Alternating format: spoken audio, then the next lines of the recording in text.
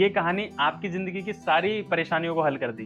तो प्रणाम आप सभी को। आज की कहानी एक राजा की, जो कि बहुत लंबी यात्रा पर निकलने वाला होता है। तो पूरी जो जितनी भी उसकी प्रजा होती है ना, उसे नाव के किनारे तक छोड़ने आती है। अब प्रजा में से ना एक बुजुर्ग इंसान आता है और राजा से आकर के बोलता है कि राजा जी, जैसे ही आप जंगल में पहुंचोगे ना, आपको एक छोटे कद का आदमी मिलेगा जो कि आपको ना चुनौती देगा लड़ने के लिए। तो आप उसे बिना खत्म करे, बिना मारे बगैर उसे आगे मत बढ़ाना। तो राजा उस आदमी को हाँ बोल करके अपनी यात्रा के लिए निकल जाता है। और जैसे ही राजा उस जंगल में पहुंचता है ना, तो छोटे कद का आदमी आता है और उसे लड़ने के लिए चुनौती देता है। अब चुनौती स्वीकार कर लेता है राजा और दोनों में घमासानी होता है। कुछ ही देर में राजा उस छोटे कद के आदमी से जीत जाता है। और जैसे ही आदमी से जीतता है ना, तो उसे मारने की बारी आती है। अब मारने की बारी पे राजा बोलता है कि इस छोटे से आदमी को मारने में मेरी किस तरीके से महानता हुई। और राजा उस आदमी को छोड़ देता है और आगे बढ़ जाता है। फिर 2 दिन बीत जाते हैं, फिर दोबारा से वही व्यक्ति आता है, बट इस बार उसका कद थोड़ा सा बढ़ चुका था। अब राजा को दोबारा चुनौती देता है लड़ने के लिए, फिर दोनों में युद्ध वगैरह होता है। बट इस बार भी राजा बोलता है कि इस छोटे से आदमी को मारने में मेरी किस तरीके से महानता,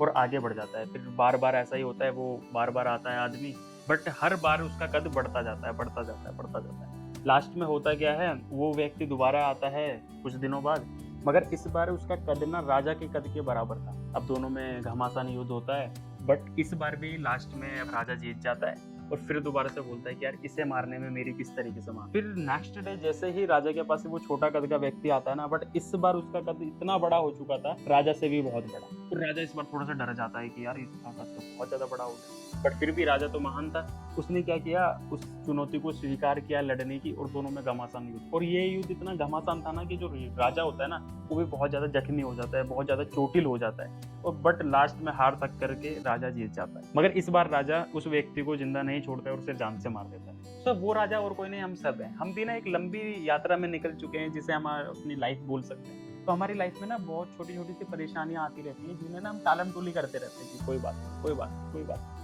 बट अचानक से ना वो जो परेशानियां होती है ना, एक बहुत बड़ा रूप रख करके आती है। उस दौरान हमें ना बहुत ज्यादा परेशानी उठानी पड़ सकती है। तो इस कहानी से हमें ये सीख मिलती है कि जो छोटी छोटी सी परेशानियां है ना, उसे वक्त रहते ही हल कर लिया जाए, ताकि आपको अनुभव भी मिले आने वाली बड़ी परेशानियों को हल करने। So let's make your own path. Signing off.